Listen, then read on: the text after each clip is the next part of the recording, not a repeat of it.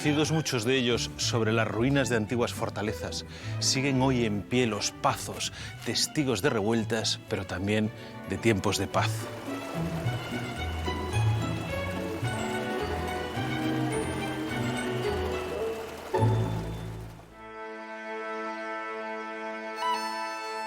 Convertidos en plácidas residencias de nobles familias gallegas, albergan entre sus muros un microcosmos, edificios, huertas, jardines que encierran siempre el secreto de una leyenda. Pero ¿qué distingue a los pazos de otras casas señoriales? ¿Qué elementos externos deben tener para alcanzar esa consideración? ¿Qué provocó esa transformación y cómo se integraron en el paisaje?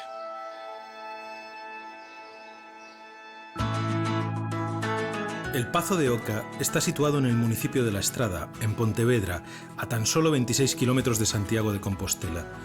Adornan la sobria arquitectura del palacio hermosos jardines, siempre verdes en contraste con el gris de la piedra. Las aguas del río Bo llenan los estanques donde nadan los cisnes y riegan las plantaciones centenarias y las huertas. Hoy visitaremos dos de los pazos más emblemáticos de Galicia, el Pazo de Oca y el Pazo de Santa Cruz de Ribadulla. Caminaremos entre las viejas piedras y la vegetación exuberante. En el siglo XV, lo que hoy es el Pazo de Oca era una fortaleza propiedad del señor feudal Don Suero de Oca. Durante la Guerra de Sucesión de Castilla, que enfrentó a los partidarios de Isabel I con los de Juana la Beltraneja, Don Suero apoyó a esta última y en la contienda perdió el castillo. Siglos más tarde, a principios del siglo XVIII, la propiedad de Don Suero llegó a manos de don Andrés Galloso Neira y él fue quien inició su transformación de castillo a palacio.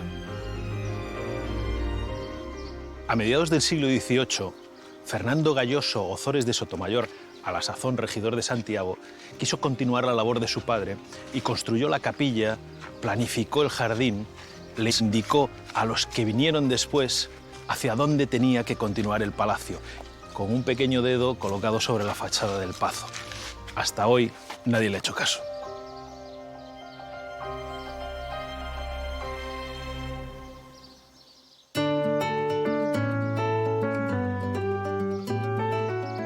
El Pazo de Oca tiene una extensión de 22 hectáreas, de las cuales 8 están dedicadas a jardín.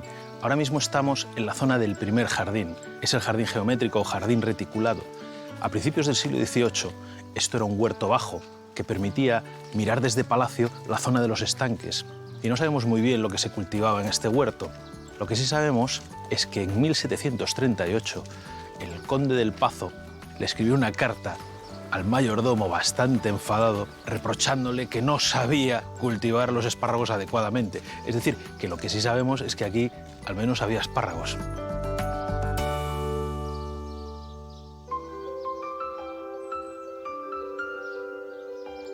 En la segunda mitad del siglo XIX, el jardinero francés François Viet realizó aquí una importante intervención. Lo que hizo fue introducir una serie de especies exóticas, como ese gran árbol que veis ahí detrás, que es la Cryptomeria japonica. Es una conífera que viene de Japón. Allí se suele colocar junto a los templos. Sin embargo, aquí lo que se coloca junto al templo es una Camellia reticulata. Es uno de los árboles de su especie más antiguos de toda Europa. Tiene alrededor de 125 años. Capitán Rever es el nombre de la Camellia reticulata. Ese era el capitán que la trajo aquí. Las camelias llegaron a Europa a finales del siglo XVIII, más o menos, procedentes de China y de Japón. Entonces, y desde la Edad Media, el boj era el rey de los jardines. Sin embargo, cuando llegaron las camelias tuvieron que convivir. Hoy en día están las unas junto a las otras en total armonía.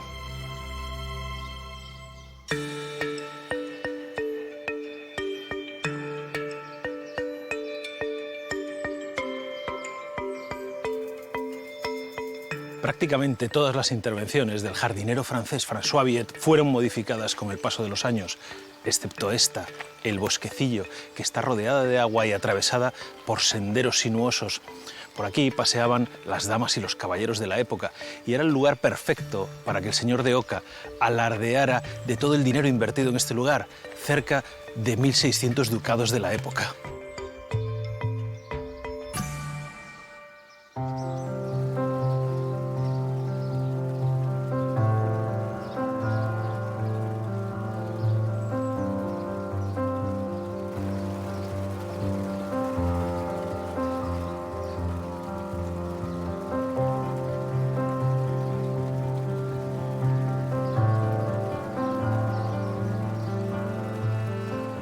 El río Bo y el río Mao, el río Bueno y el río Malo, ambos circulan por aquí, cerquita del Pazo, pero uno de los dos distribuye el agua al interior, que circula en diagonal por toda la parcela, marcando el diseño de los estanques. Esto de aquí, que es el lavadero, funciona como partidor, marcando la división entre esta cacera y esta cacera que distribuye el agua para allá y para allá. El agua en el fondo para regar, pero también por el simple placer de escucharla. Una de las principales características de los jardines del Pazo de Oca es que, a pesar de su constante evolución, nunca han perdido su esencia de jardines del siglo XVIII, el siglo de las luces. Fueron creados por hombres de familias nobles, cultos y cercanos a la corte, y reflejan a la perfección las preocupaciones filosóficas de la época.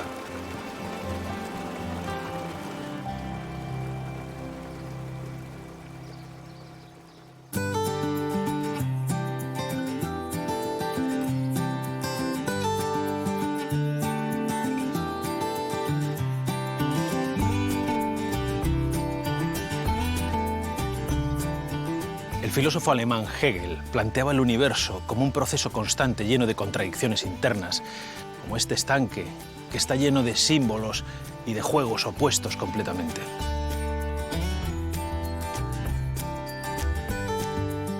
Los estanques constituyen la obra más original y bella del Pazo de Oca, un conjunto arquitectónico único en España, por su construcción y su simbología. Si lo observamos con atención, podemos ver que es un enorme barco fortaleza de agua protegido por dos muros, uno de piedra y otro compuesto por bojes de más de 300 años. Tierra y agua, fuerza y fragilidad, dureza y delicadeza. Este enorme barco está dividido en dos partes por un puente y en cada una de ellas hay una barca, una de pesca y otra de guerra, una con naranjos y otra con limoneros, para seguir con el juego de los opuestos.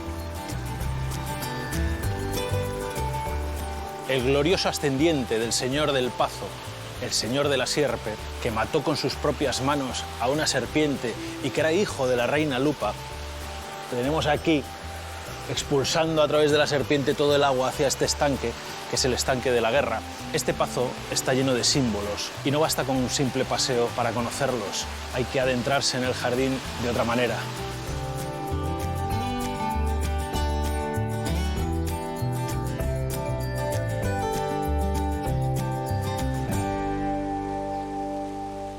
Este es un pazo con sus dualidades, o sea, sus contradicciones, como todos los simbolismos que se representan en los pazos gallegos. Lo que representa la piedra a la naturaleza, integrada en la naturaleza, el aspecto salvaje y el cuidado que hace que el encanto del visitante se vaya difuminando. Dicen que en Oca se confunde donde termina la labor del hortelano y donde empieza la del jardinero. O sea, se deja trabajar la naturaleza y se busca ese filo de navaja entre lo que hace el hombre y lo que hace la naturaleza. Si tú eres capaz de soñar imposibles y representarlos en el jardín, te haces jardinero. Si no eres capaz de soñar imposibles, no te haces jardinero. Eso es una cosa muy bonita. A mí hay algo que me gusta mucho de los jardines y de estos gallegos, ¿no? Y es que el tiempo se percibe de otra manera, se entiende de otra manera. Se ha parado. El tiempo se ha parado. O sea, se quedó parado en el momento en que comenzaron a hacer el jardín. Eso es lo bueno, porque tú aquí vas a escuchar naturaleza y silencio. El agua en este pazo es la vida. En este jardín sin agua, el silencio que respirarías te mataría, te agobiaría. Sin embargo, el murmullo del agua, el canto de los pájaros, dan un ambiente que te relaja, que te sientes vivo, que te hace soñar.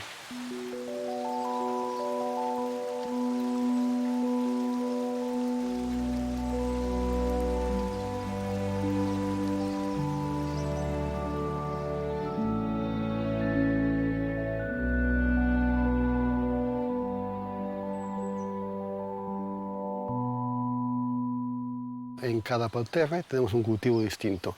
En este, por ejemplo, tenemos lo que son pimientos de padrón, que están en el punto de coger y se pueden, lo que es incluso comer así de crudos.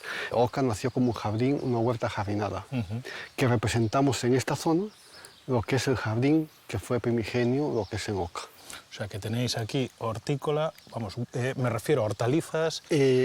Frutos rojos, Sí. frutos rojos y a continuación aromáticas. No se concibe lo que es un pazo sin su huerto de planta aromática. Bueno, hemos cogido unos pimientitos de padrón que no pican. Ahí había berenjenas, esto no me lo pierdo. Tomate cherry. Hay un poquito de todo, es una representación un poquito de lo que es una huerta de casa. Déjame ver esto.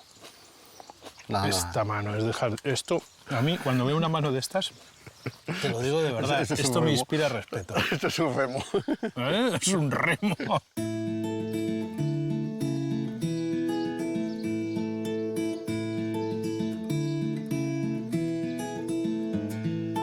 En un jardín ecléctico como este, también hay lugar para intervenciones como este ejército de peones que vemos aquí situados, realizados con la técnica de la topiaria. La topiaria viene del latín topiarius, que significa creación de lugares. Fijaros cómo esta técnica está generando un propio lugar dentro del Pazo de Oca. En realidad esta técnica consiste en ir recortando los setos, en este caso de boj, ayudados por estas estructuras metálicas, generando figuras de cualquier tipo, en este caso una sucesión de peones uno detrás de otro en formación.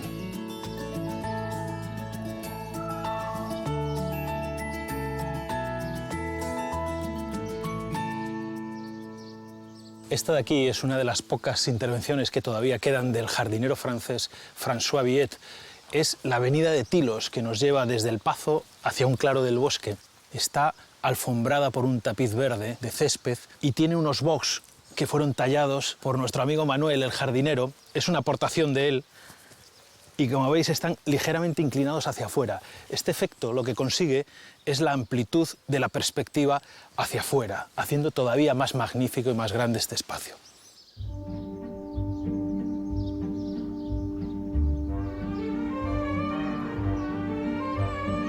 Junto a uno de los invernaderos más antiguos de España, que data del siglo XVIII, encontramos la última creación del jardín. Un laberinto de paseo, que no de juego, creado a finales del siglo pasado. Su diseño imita el dibujo del pavimento de la Catedral de Canterbury y representa el caminar de la vida hacia un objetivo, la fuente que ocupa el centro. El jardín del Pazo de Oca es un auténtico recorrido por la historia de la jardinería, pero ¿realmente hay un único estilo de jardín pacego? Realmente uno de los aspectos más singulares de los pazos en Galicia es la convivencia de arquitecturas cultas, de arquitecturas de autor, digamos, junto con arquitecturas tradicionales o populares, todo presidido por el trabajo de la piedra, el buen hacer de los canteros gallegos trabajando el granito. Y hay ciertamente notas humorísticas en el formato de estatuas o indicaciones, como aquí en el Pazo de Oca, la mano que señala la dirección en la que se debía proseguir la ampliación de la casa, que los herederos, por alguna razón seguramente económica, no llegaron a culminar. Hay una definición que viene de la sabiduría popular o del refranero, que dice que Palomar, capilla y ciprés, pazo es. Es una definición que alude al modo de vida de estos señores de los pazos, de esta nobleza, y a ciertos privilegios que eran exclusivos de la nobleza. Por ejemplo, disfrutar de la comida de los pichones que se criaban en los palomares, tener el privilegio de acceder a una capilla propia desde el pazo, desde la residencia principal, o disfrutar de un jardín. El jardín es un elemento clave para caracterizar los pazos gallegos, puesto que es un elemento de deleite, de disfrute de la naturaleza. Hoy vemos los jardines de los pazos como una suma de aportaciones de diferentes épocas y sobre todo los percibimos con ese ambiente melancólico, decadente, que ya se empezó a caracterizar a finales del siglo XIX por escritores como Emilia Pardo Bazán o Ramón del Valle Inclán.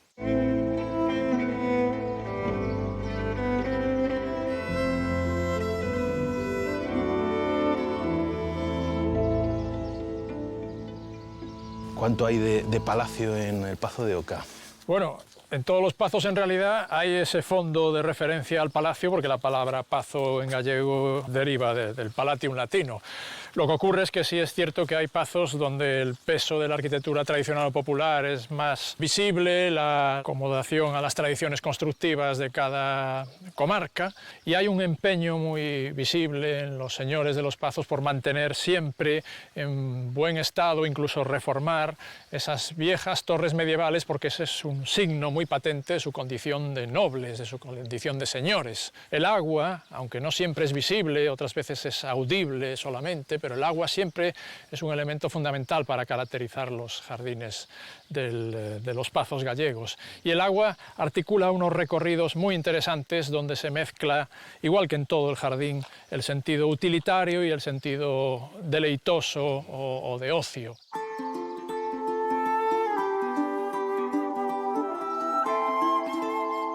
Oca es un ejemplo sobresaliente de pazo, un reflejo de la forma de vida galaica, una manera de estructurar el territorio propia no solo de una región, sino también de un modelo social en el que la tierra pertenece a la nobleza.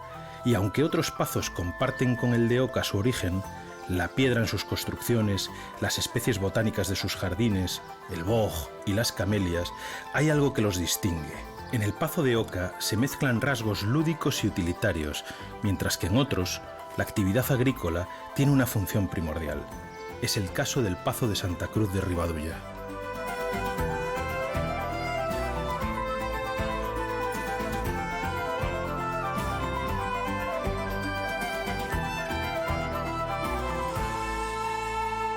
Estamos en el Pazo Santa Cruz de Ribadulla, también llamado de Ortigueira, en el municipio coruñés de Avedra, a unos 6 kilómetros del Pazo de Oca y unos 15 minutos viniendo en bicicleta con sus subidas y sus bajadas.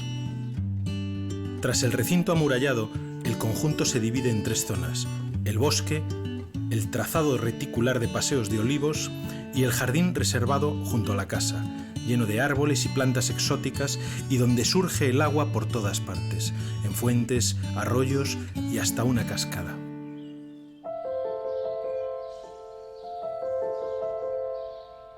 Aquí la sensación al entrar es muy diferente a la del Pazo de Oca. Allí había una sensación de seriedad, de sobriedad. Sin embargo, aquí, pues no lo sé, pero hay algo mágico, te sientes como en paz.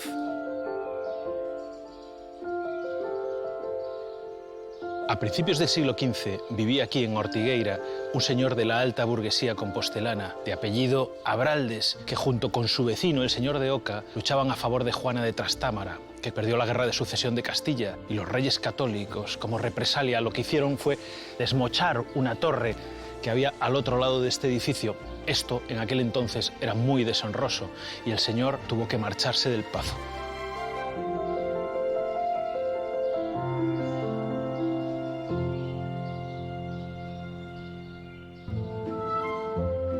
Juan Ibáñez de Mondragón, canónigo de la Catedral de Santiago, compró la torre y casar de Ortigueira a principios del siglo XVI para acondicionarlo como residencia de campo.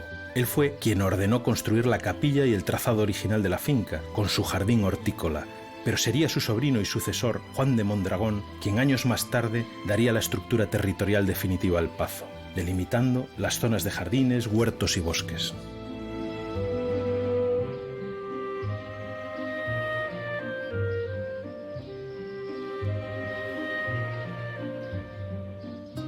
Muchos visitan este pazo por la riqueza y por la variedad de sus flores, pero a mí me interesa especialmente por el equilibrio que existe entre la naturaleza y su manera de crecer silvestre, salvaje, y el control del hombre. Y eso se aprecia tanto en la arquitectura como en algunas líneas de urbanización. Estamos viendo como, por ejemplo, el camino de Olivos es marcado por la izquierda con una línea recta muy sutil que diferencia el prado del camino, o cómo los muros de contención están marcando las geometrías y las líneas determinadas por el hombre frente al crecimiento desorganizado, natural, silvestre de la naturaleza. Esa combinación es la que a mí me parece especialmente interesante de este pazo.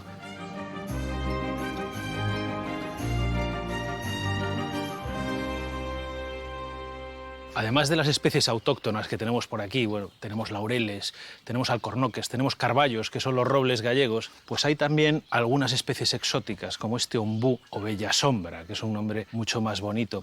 Este es un árbol que procede del noreste de Argentina, también toca Uruguay y el sur de Brasil.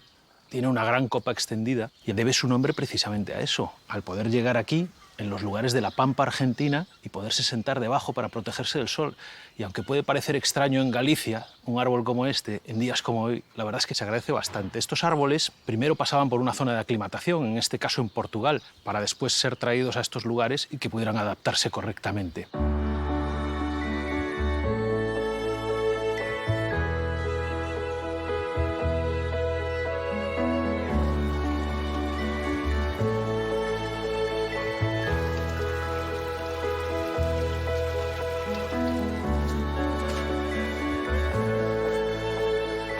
Además de las flores y de las plantas exóticas, el jardín de Ribadulla tiene algo muy especial que los visitantes no olvidan.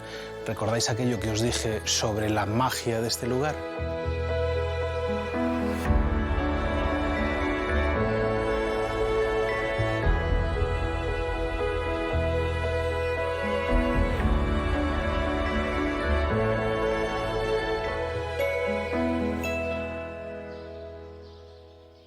Esto en un origen eran campos cultivados de viña. Siempre, en principio, había el cultivo en lo que llamaban antiguamente estacada, que se ve en Orense, que es una cepa arrollada a un palo, como se cultivan también las judías.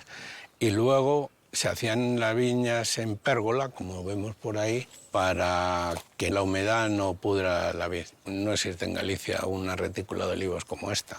En el siglo XVI el aceite llegaba poco a Galicia porque se producía en el sur y aún no estaban todas las comunicaciones tan establecidas. Y entonces, desde el XVI, bueno, desde que tuvieron un cierto tamaño, empezaron a producir. O sea, que estos al principio tenían una función productiva. Tuvieron función productiva hasta el siglo XX. Sí. Ornamentaron la producción o hicieron un trazado productivo. Podían haberlo plantado de chopos o de castaños o de cualquier otra cosa, pero lo exótico, lo original, era haberlo plantado con olivos y encontrar un olivo gallego que se adaptara a este terreno. Y el aceite se estuvo produciendo, según parece, hasta la guerra.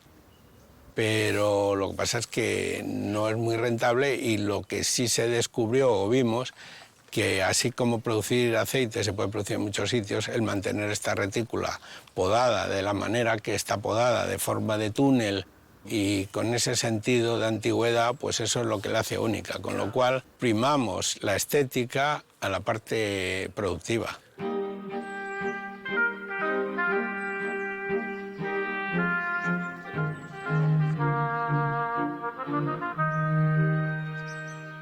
Esto es la continuación del camino primitivo que venía desde el bosque, desde la primitiva puerta, rodeando la bodega bajo este emparrado que se construyó probablemente en el siglo XVII, y es el emparrado como más, o la pérgola más solemne, que era la correspondiente a la entrada hacia la zona de la torre que estaba ahí detrás. Pero, sin embargo, sin perder ese sentido de producción de uva, que era el principal cultivo que había en esta finca, en este pazo. Utilizaron piedra labrada, que es como más solemne y le da más importancia y más altura de la normal para una viña, porque para vendimiar aquí se tiene que subir en una escalera, pero para pasar a caballo, como era la entrada principal, tenía que tener una altura superior. Entonces esta es la única que tiene esta altura más alta de lo que normalmente tienen los emparrados, los viñedos.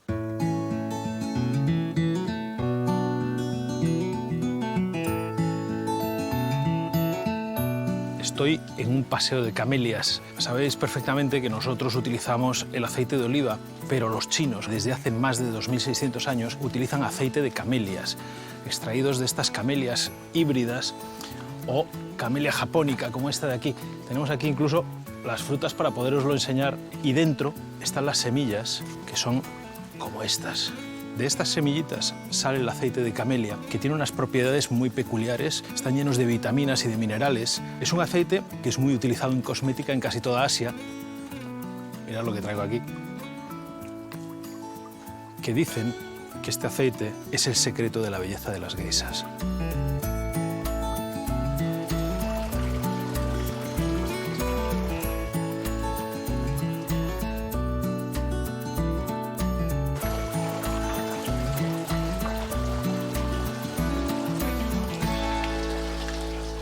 A finales del siglo XVII, siendo señor de este pazo, Andrés Ibáñez de Mondragón, que posteriormente acabaría siendo primer marqués de Santa Cruz, ordenó construir esta fuente. Es una fuente mural de estilo barroco, la Fuente de la Coca.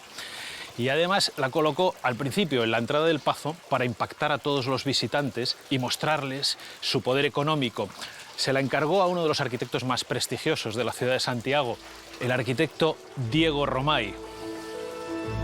El nombre de la Fuente de la Coca hace referencia al ser mitológico que aparece en el escudo heráldico del Marqués de Santa Cruz, la coca o dragón alado. Cuenta la leyenda que el dragón raptaba a las jóvenes más bellas del lugar para encerrarlas en su cueva, hasta que un día fue vencido y las bellas prisioneras liberadas.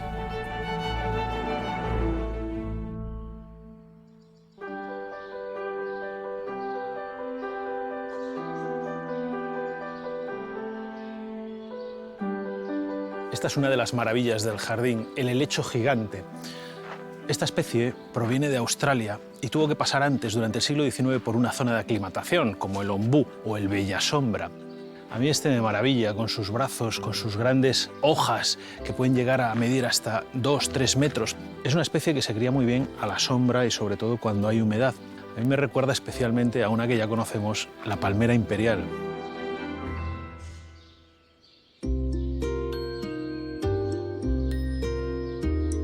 Vengo de una plantación de gardenias que envuelven todo el ambiente de un aroma increíble y envuelven también esta bola. Era un gran reloj de sol, pero esto era un gran reloj de sol al que le falta ahora mismo el círculo máximo, una pieza de metal que abrazaba esta huella y que marcaba las horas a medida que iba progresando la esfera solar.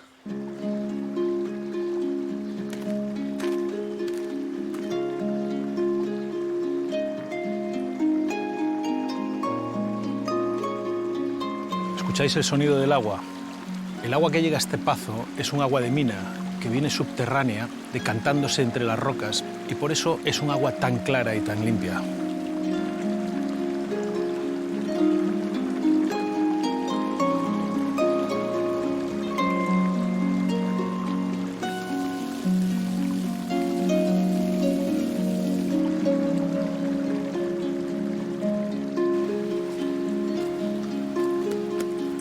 Uno de los más ilustres visitantes de este pazo fue el escritor y teórico Gaspar Melchor de Jovellanos, que poco antes de su muerte, en 1811, terminó justo aquí, en este lugar, este libro, Memoria en defensa de la Junta Central. Aquí, al inicio del apéndice, en advertencia, al final, dice Santa Cruz de Riba de Ulla, 2 de mayo de 1811. Tenían el jardín y el palacio esa vejez señorial y melancólica de los lugares por donde en otro tiempo pasó la vida amable de la galantería y el amor. Así describía el ilustre dramaturgo don Ramón María del Valle Inclán el pazo imaginario de su sonata de otoño, y así continúan los pazos señoriales y melancólicos y las piedras cada vez más verdes. Aunque pasen los años y cambien los nombres de las señoras y los señores del pazo, siempre habrá un paseante, alguien que sepa buscar en los rincones y contar al visitante sus leyendas.